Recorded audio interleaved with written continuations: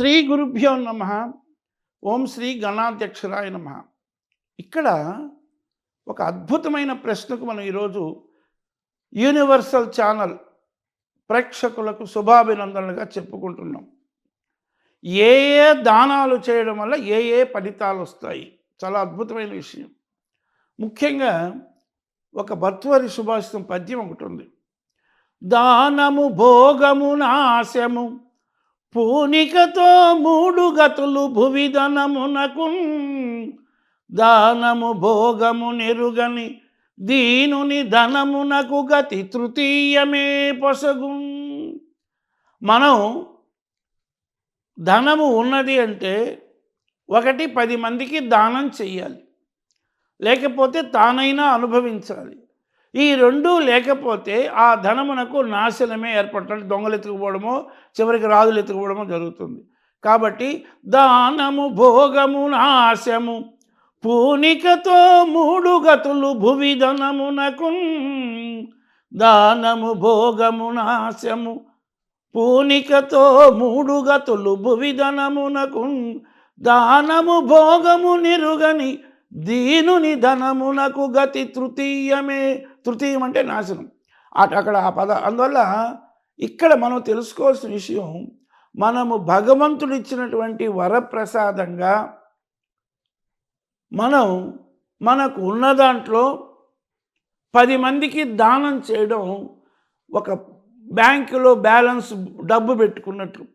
మనము ఎన్నో జన్మల్లో చేసుకున్న పాప ఫలితాలకి కొంత పుణ్యము అనే బ్యాంకు రాబోయే జన్మల్లో ఉపయోగపడాలంటే ముఖ్యంగా మనసుకు ఒక ఉదారతమైన ఉండాలి. లోభి అయిన వాడు ఎన్ని కోట్లు సంపాదించినా తీసుకుపోయేది 6 అడుగుల నేలే 3 అడుగుల వెడల్పు అంటారు. ఏదీ మనకు శాశ్వతం కాదు.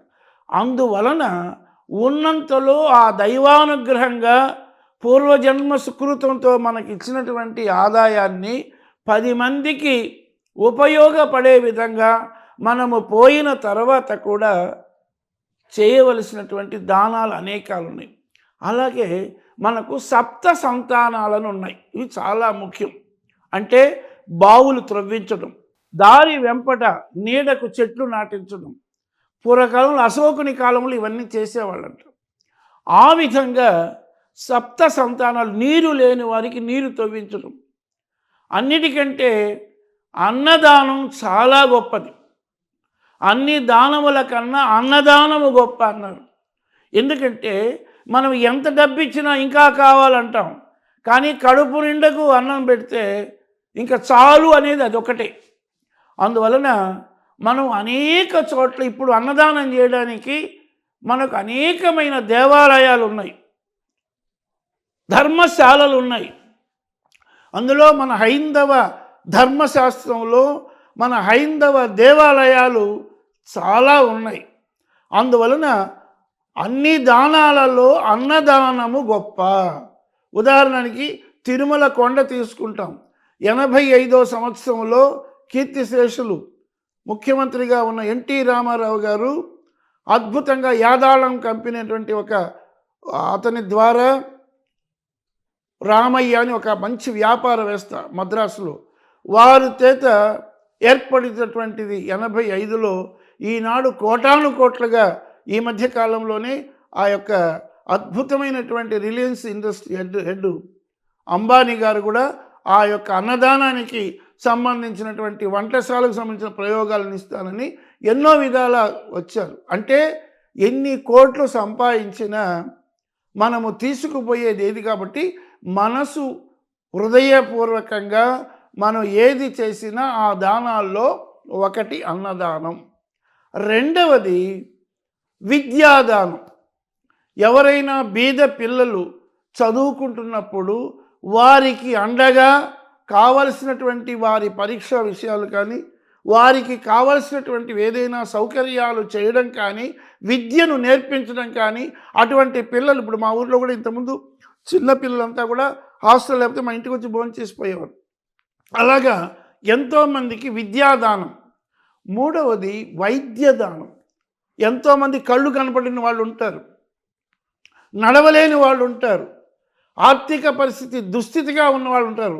అటువంటి వారికి వైద్య చికిత్సగా ఏదైనా హాస్పిటల్, ఉదాహరణకి ఈ నెల 23వ తేదీ రాబోతున్నది, భగవాన్ సత్యసాయి బాబా గారు ఎంత కృషి చేసి ఈ అనంతపురం జిల్లాలో నీళ్ల దానంగా 10 మందికి ఉపయోగపడే విధంగా చేశారు. చాలా కరువు కాటకం.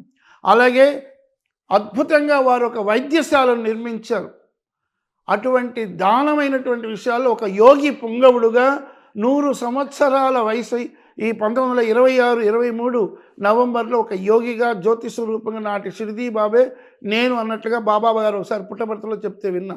ఆ విధంగా వైద్యశాలలు కట్టించినటువంటి గొప్ప మహనీయులు భగవాన్ సత్యసాయి.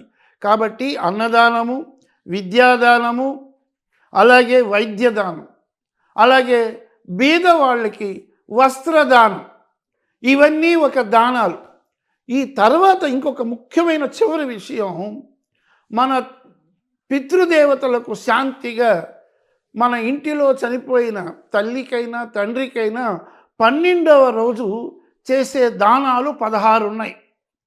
ఆ 16 దానాల్లో మొట్టమొదటిది గోదానం. గోదానం చాలా ముఖ్యం. ఎందుకంటే చనిపోయిన వ్యక్తి యొక్క ఆత్మ పైలోకాలకు వెళ్ళాలంటే వైతరిణి నది అని ఒకటి ఉంటుందట, రక్తపు నది. ఆ నదిని దాటడానికి ఆ 12వ రోజు, చనిపోయిన 12 రోజు కార్యక్రమాలు చేసేటప్పుడు సపిండీకరణం, ఆ రోజు ఇది చాలా ముఖ్యం. గోదానం చేస్తే ఆ వైతరిణి నది దాటిస్తున్నట. అలాగే మనకు ఉన్నటువంటి వారణాసి, కాశ్యాంతు మరణముక్తి అంటారు.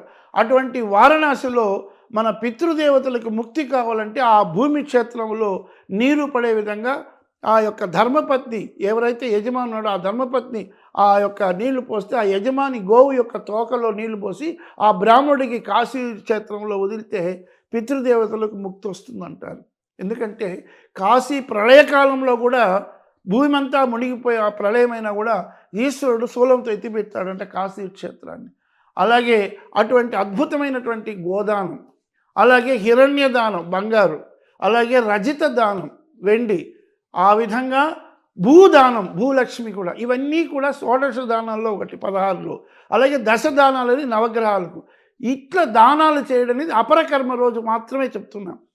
కానీ ఇక్కడ మన ప్రశ్నలో ఏ దానాలు మంచివంటే 10 మందికి కడుపారా తిండి పెట్టడం, అన్నదానానికి మించిన అనేక దేవాలయాల్లో, మారుమూల క్షేత్రాల్లో, శ్రీశైల క్షేత్రమైనా తలకోన క్షేత్రమైనా మనకి ఎన్నో క్షేత్రాలు ఉన్నాయి, కాళహస్తి అయినా, అటువంటి చోట అన్నదానానికి మనకు శక్తి వంచన లేకుండా ఇస్తే మనము భవిష్యత్తులో ఒక పుణ్యం అనేటువంటి ఒక మార్కులు అక్కడ వేసుకుంటాం. అదే మనకు బ్యాలెన్స్, ఈ లెన్స్కి బ్యాలెన్సు లైసెన్స్ అదే. ఈ విధంగా మనం అన్నదానం చేయడం ఒకటి, విద్యాదానం చేయడం ఒకటి, అలాగే వైద్యదానం, అలాగే చివరికి కొంతమంది నేత్రదానం కూడా వైద్యకాలంలో ఇంత చనిపోయిన వాళ్ళ నేత్రాలు గుడిస్తుంటే అది కూడా ఒక దాన ప్రక్రియ, వైద్యదానం. ఇట్లా మనం అనేక దానాల్లో మనము భగవంతుని ఆశీస్సులుగా చేయడం అనేది చాలా శ్రేష్టము. స్వస్తి.